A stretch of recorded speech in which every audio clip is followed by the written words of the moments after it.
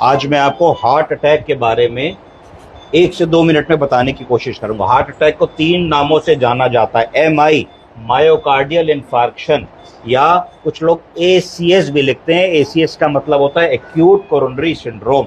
कभी भी किसी पर्चे पे एक्यूट एमआई लिखा हो, एसीएस लिखा हो या हार्ट अटैक लिखा हो तो आप समझ जाइए कि एक सीरियस मेडिकल इमरजेंसी है।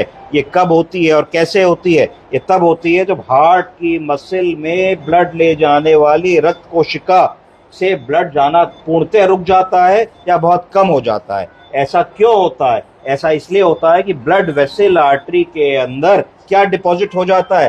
फैट डिपॉजिट हो जाता है। कोलेस्ट्रॉल कंटेनिंग डिपॉजिट्स हो जाते हैं, जिनको क्या कहा जाता है? प्लाक्स कहा जाता है। तो हार्ट की आर्टरीज में प्लाक्स आ जाते हैं और वो हार्ट की आर्टरी के ल्यूमेन को पतला कर देते हैं, डायमीटर को छोटा कर देते हैं। इस प्रक्रिया को एथेरोस्क्लेरोसिस कह देते हैं। एथेरोस्क्लेरोसिस। फिर क्या होता है? जो प्लाक होता है जब वो रप्चर करता है तो ब्लड क्लॉट का फॉर्मेशन होता है, और जब ब्लड क्लॉट फॉर्म होता है तो क्या ब्लॉक करता है? वो आर्टरी के द्वारा जो ब्लड जा रहा है उस रास्ते को रोक देता है और एक हार्ट अटैक जैसी सिचुएशन हो जाती है, मायोकार्डियल इंफार्क्शन जैसी सिचुएशन हो जाती है।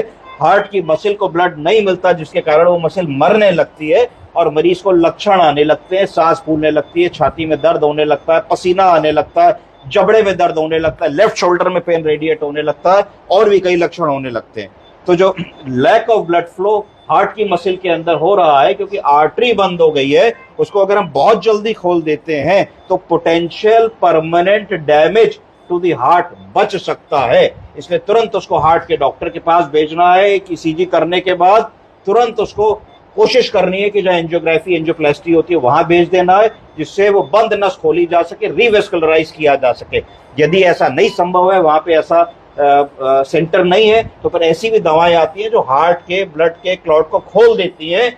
जैसे कि कौन सी दवाएं? Streptokinase, urokinase, tissue plasminogen activator. उनका फिर प्रयोग जन सेंटर में होता है, वहां पे उस मरीज को भेज करके हमको करना पड़ेगा। अगर सही समय पे हार्ट के मरीज को ना देखें तो उसकी मृत्यु हो सकती है।